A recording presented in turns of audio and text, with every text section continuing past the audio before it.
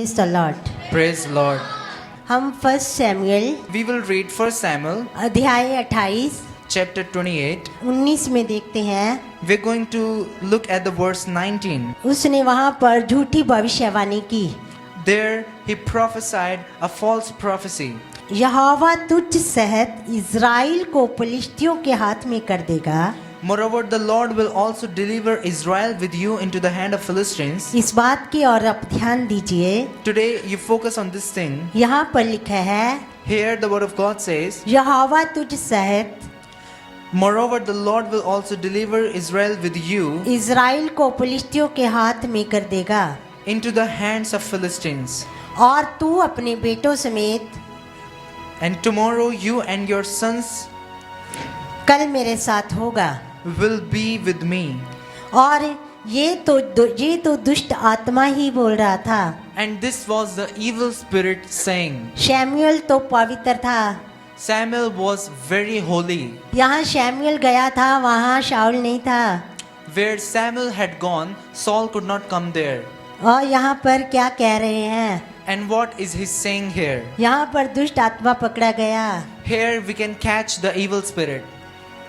यहोवा तुझ सहित, यहोवा तेरे साथ, मीनिंग ऐसा कहा गया है The evil spirit is saying that God will deliver you and your sons. कि पलिश्तियों के हाथ में कर देगा। God will deliver you and Israel and all his sons into the hand of Philistines. पर शाऊल ने तो अपने आप ही आत्महत्या कर ली थी। But Saul had committed suicide. वो तो पलिश्तियों के हाथ में नहीं आया था। He was not caught into the hand of Philistines. आप जानते हैं कि शाऊल ने क्या किया था? You know that what had Saul did? शाऊल ने अपने हथियार ढोने वाले को कहा कि मेरे अंदर तलवार मार, और उसने मना कर दिया था। Actually, the Saul said to him that bring that sword and cut me with that sword. और शाऊल ने फिर अपने आप ही तलवार को जमीन में गाड़ कर उसके ऊपर उछल गया। And well, the arm bearer denied what Saul did. He took the sword and he put it into this earth and he fell upon that sword. और वह मर गया था। And he committed suicide there. यहाँ पर उसकी भविष्यवाणी झूठी हो गई। Here his prophecy gone false. वह पलिश्तियों के हाथ में नहीं आया था। Saul was not caught into the hand of Philistines. उसने अपने आप को ही आत्महत्या कर ली थी। He had actually committed suicide by himself. और तू दूसरी बात, And the second thing is, और तू अपने बेटों समेत कल मेरे साथ होगा। and you will be with me with your sons. वो तो इविल स्पिरिट था। This was the evil spirit. वहाँ शैमुएल नहीं था। It was not Samuel who was speaking. क्योंकि जिस समय Because the time हम देखते हैं लूका अध्याय 16 when we see Luke chapter 16 उसके 26 से लेकर 31 तक, from the verse 26 to 31, वहाँ पर हम एक धनी और कंगाल लाजर की स्टोरी को देखते हैं। there we read the story of a rich man and the poor Lazarus. और धनी ने अपने जीवन में अच्छी वस्तुओं को लिया था। The rich man had experienced great and wealthy things in his life, और उस कंगाल व्यक्ति ने बुरी वस्तुओं को। and that poor Lazarus had experienced very poor things in his life. आप सब इस स्टोरी को बहुत अच्छे से जानते हैं। You all know this story very well. एक दिन ऐसा हुआ, One day something happened. गरीब लाजर मर गया। The poor Lazarus died. और एक दिन And one day धनी व्यक्ति भी मर गया। the rich man also died. और धनी व्यक्ति ने देखा, And the rich man saw, अपनी आंखों को उठा के देखा, and he lifted up his eyes मरने के बाद after the death. उसने देखा कि जो गरीब लाजर था He saw that poor Lazarus, वो अब्राहम की गोद में था। he was into the arms of Abraham. और धनी ने कहा, And the rich man said, Abraham पिता, Abraham father, कि इस लाजर को भेज कि अपनी उंगली का सिरा डबो कर मेरी जीभ को ठंडा करे। that rich man said to his father Abraham that, Father Abraham, please send this Lazarus so that he can dip his finger into the water and he can drop that water upon my tongue. क्योंकि मैं यहाँ नरक में जल रहा हूँ। Because I am burning in here in the Sheol. तब Abraham ने क्या कहा, आप याद करें? Do you remember what Father Abraham said to that rich man? Abraham ने कहा था Abraham had said, कि यहाँ से कोई भी उधर नहीं जा सकता है। Father Abraham said that no one can reach out its limit from हम- here to there. हमारे और तुम्हारे बीच में एक गहरी खाई है, There's a great gap between you and me.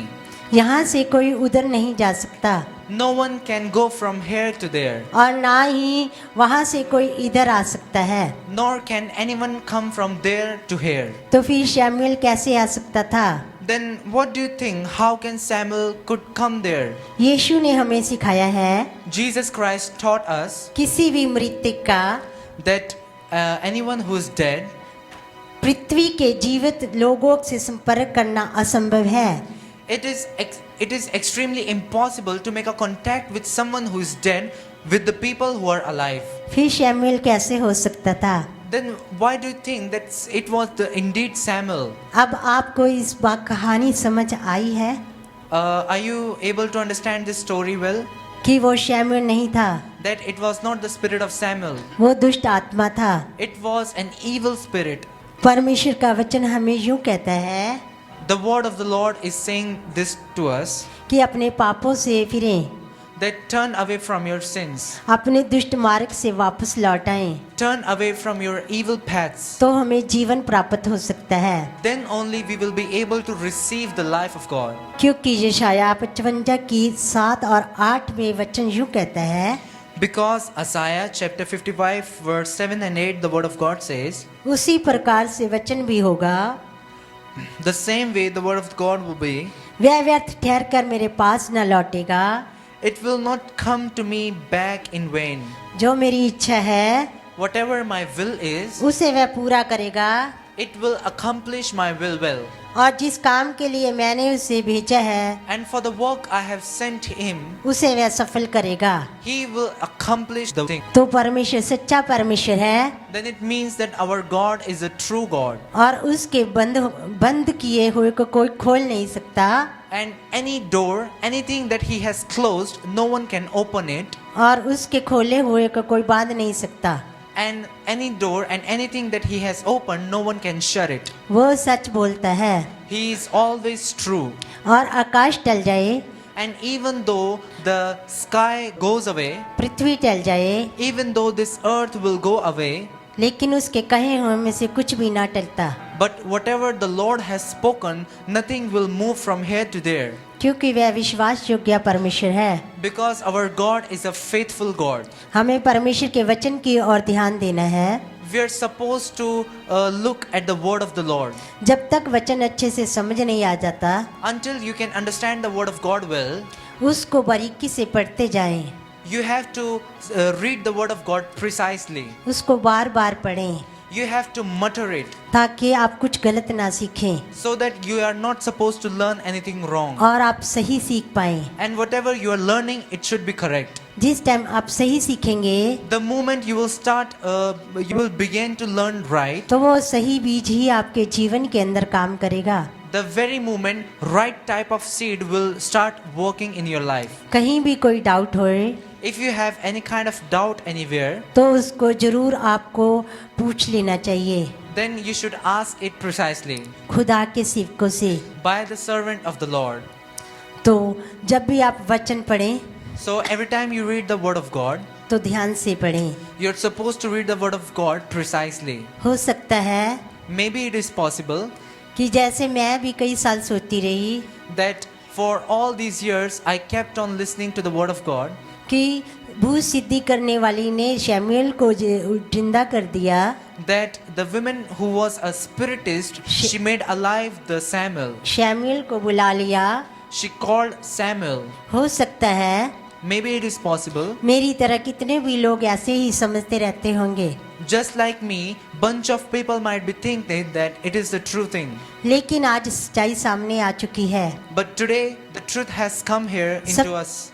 सब कुछ साफ साफ पता चल गया है। Everything is now crystal clear. अब हम शैतान की चाल में नहीं आएंगे, We will not be trapped into the trap of the devil anymore. क्योंकि परमेश्वर ने अपने लोगों को अपना सच्चा वचन दिया है। God has given His true word to His people. आज ये मार्ग है, And this is the only way. आज ये शीशा भी है, And this is the teaching also.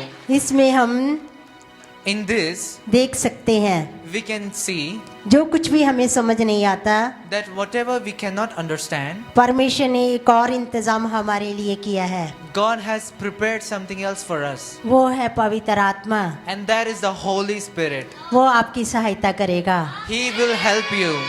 वचन पढ़ने से पहले Before reading the word of God, आप प्रार्थना कीजिए, you are supposed to pray पवित्र आत्मा जी that the Holy Spirit, आप मेरे टीचर हैं, you are with me. आप मेरी मदद कीजिए You please help me ताकि जो कुछ भी मैं पढ़ूं so that whatever I may read, वो मुझे समझ आए। I will able to understand. मुझे अधूरा ज्ञान नहीं, I don't want the half part of the knowledge. मुझे पूरा ज्ञान चाहिए। I want the knowledge with the fulfillment. अधूरा ज्ञान If there is any half kind of knowledge, वो हमारी शरीर के लिए, it is for our body, हमारे जीवन के लिए for our life. नुकसानदायक होता है। It is extremely dangerous. आप परमेश्वर के लोग हैं, You are the people of the Lord. इसलिए आपको अधूरा नहीं पूरा ज्ञान चाहिए। You are not supposed to get the half knowledge, but you should have the full knowledge, ताकि आप फलवंत हो सके, so that you can become fruitful. आप बढ़ सके परमेश्वर में, You can increase your level in the Lord, और परमेश्वर की भीद भरी बातों को समझ सके। and you can understand the very deep thing of the Lord.